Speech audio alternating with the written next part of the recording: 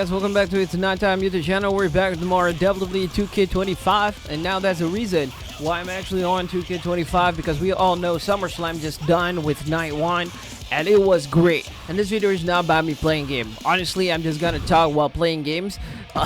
That's funny. Right after I said that, it's not about me playing games.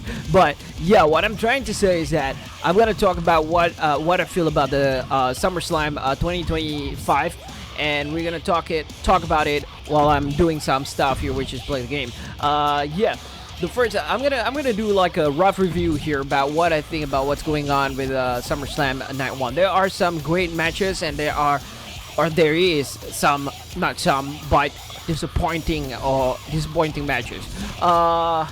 But I'm gonna talk through all the card. Now let's go for the first match. Well, we're gonna talk first about Roman Reigns tag team with Jey Uso against Ron Breaker and the other guy, which I don't quite remember his name. I gotta say that it's a very fresh kickoff for the night, because it was a well done match, and I think they got a very good chemistry with one another, especially Jey Uso with Roman Reigns. They have some great awesome match. Just that I hope more of Roman Reigns that I can see.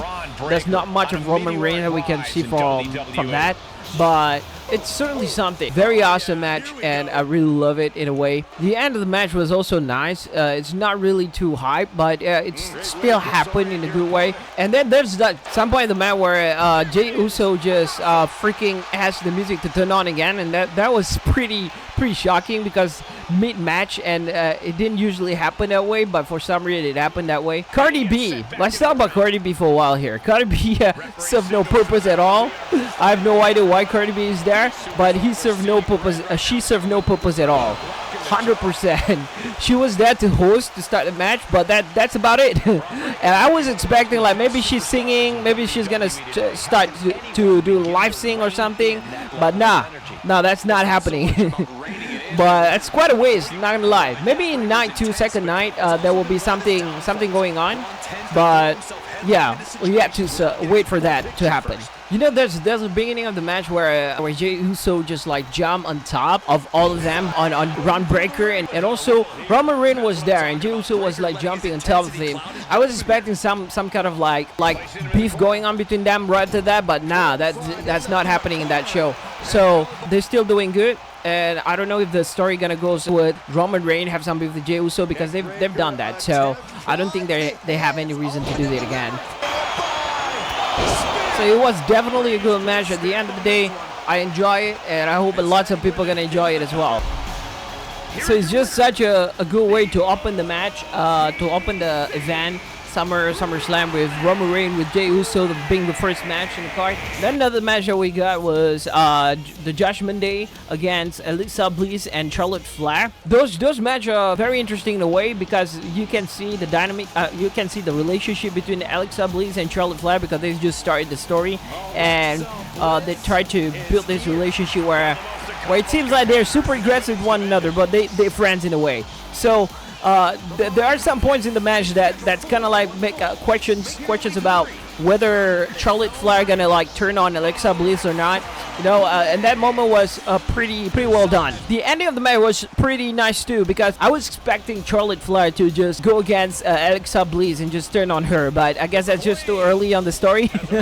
I'm pretty sure they got more stuff to come. Instead of she's turned on Alexa Bliss, she made it look like she's going to turn on Alexa Bliss, but then she kicked the other opponent. They got the win. Still a very well done match, and I actually enjoyed your match pretty well. It's so interesting in so many ways. One disappointment about that match that I have was Alexa Bliss do not have much of stuff going on, just because she keeps getting her ass kicked the whole match, and it was crazy good to see Charlotte Flair going crazy and going nuts. I was just hoping that Alexa Bliss got more move in that match, but unfortunately we didn't get that. I do like the chemistry between Alexa Bliss and Charlotte Flair in that match. It was pretty interesting to say, and the fact that they start their character right before the match started, during their pose in the ring, you know, while the music still play on, and we can see Charlotte Flair do some kind of like cheeky stuff with Alexa Bliss, like the horn thing, I guess. Horn thing, I don't know, I call it the horn thing, but basically she's doing a peace sign behind of her head. So that's kind of cute, you know. But I gotta say, the highlight of that match is definitely the ending, which I feel like the ending is pretty well done. It made me think personally that Charlotte Flair gonna turn on her, but it didn't happen. So that was kind of something. So if you guys seen it, you guys should watch it. It's definitely a good match, one of the good matches for SummerSlam. Then next one we got Randy Orton versus and Jellicoe Roll. I don't know who the heck is this, maybe a celebrity, versus Drew McIntyre and Logan Paul. And this is the least match I like, just because I don't know what they're doing. They try to put on Jelly Roll for some reason, maybe just for the money, for the cash.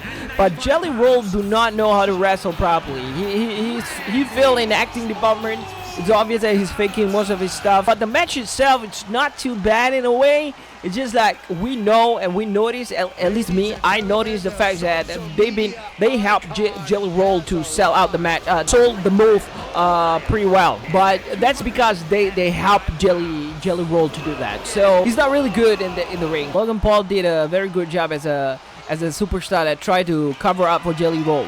I'm not a big fan of celebrities going wrestling or wrestle.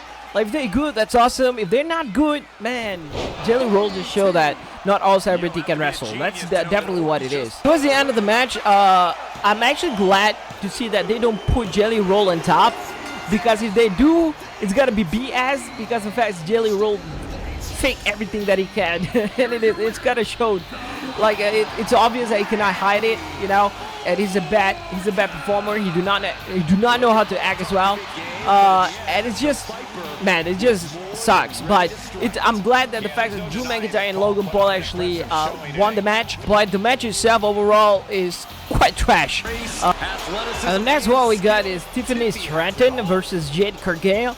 Now, I love this match. I like this match. Surprisingly, both of them have very good chemistry. They work together pretty well. As far as I'm concerned, I don't see any botch in the match. And Tiffany Stratton, she deserved the title, man. She's very good with it. And then Jade Cargill, she deserved the shot. Performance-wise, I actually like Tiffany Stratton more than Jade Cargill, just because maybe the moveset or maybe the way she moves is better than Jade Cargill. But Jade Cargill show power, so that's another thing, I guess. It's not boring to watch. It's not boring to watch, and they have some good chemistry with one another. And I'm actually didn't expect that they're gonna do that kind of ending, because towards the end of the ending, Tiffany Stratton beat Jade Cargill. So I didn't expect that at all, because you have this storyline built up for Jade Cargill. Maybe it's time for her single championship. Maybe it's time for her to win it, you know. But out of nowhere, we see Tiffany Stratton still defending her champion. But I got nothing to complain about that, man. But because Tiffany definitely deserves it. She got this very well done status of herself. She's quite popular now. And I'm actually quite surprised as well that Tiffany Stratton, I was expecting something like Jade Cargill is the powerhouse here, and Tiffany gonna use some kind of technicality in order to fight her well.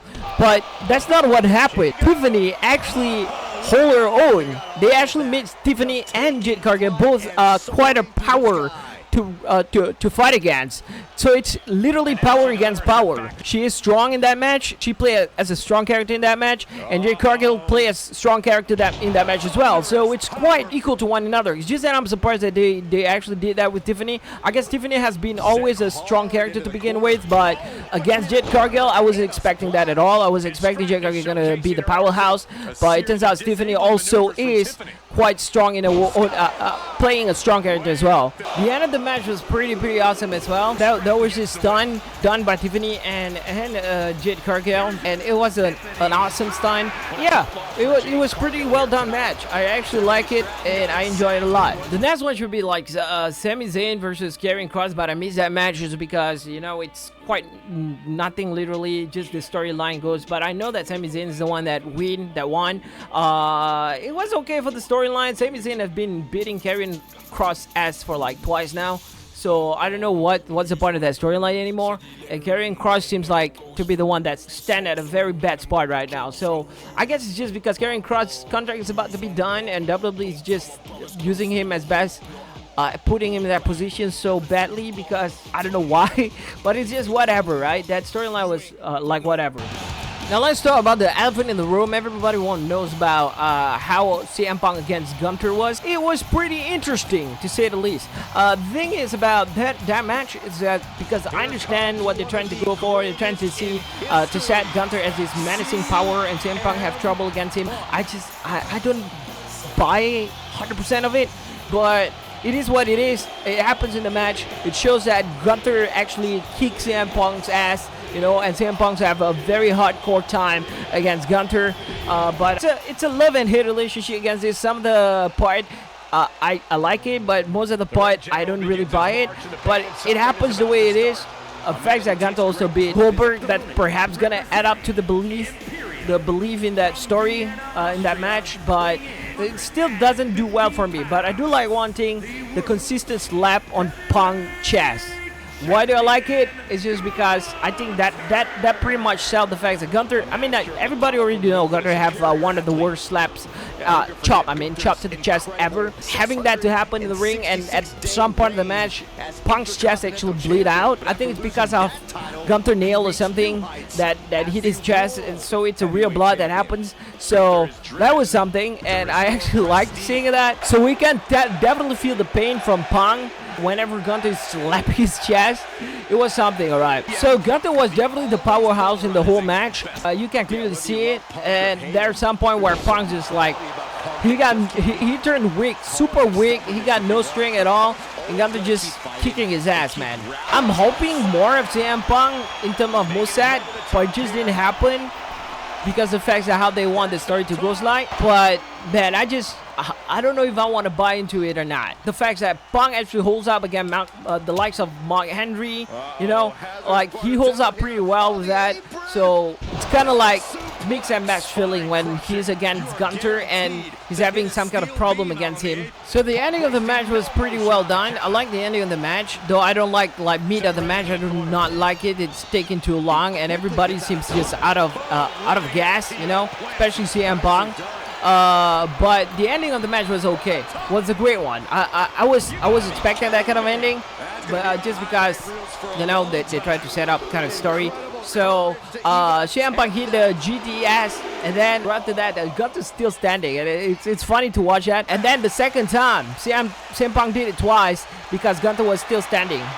So that was something. That was something and interesting to watch. But then after CM Punk won that match, out of nowhere, we got Seth Rollins just appear.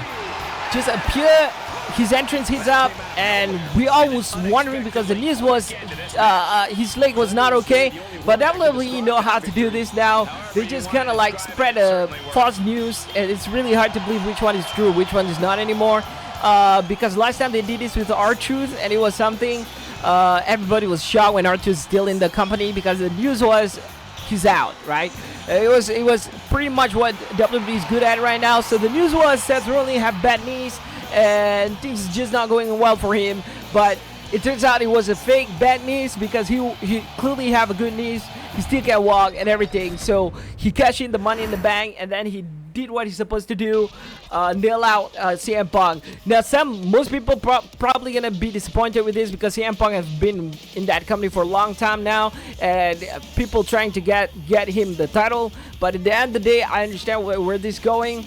It's more story for CM Punk. It's more story, more money for CM Punk, and we're perhaps gonna see CM Punk win the title back, but that's gonna take like at least 2 events from now on. And it's gonna be super awesome. I'm actually quite interesting to see more of CM Punk and Seth Rollins' story together. But I'm looking forward for night 2, second night. What do you guys think about the first night? Let me know in the comment below if you guys enjoy it or not. But those are my reviews for SummerSlam first night. Now goes for the second night. I'm really hyped to see John Cena against Cody Rhodes, and I hope it's not a disappointing match. And yeah, GG, and see you guys on the next video of SummerSlam review. Let's go!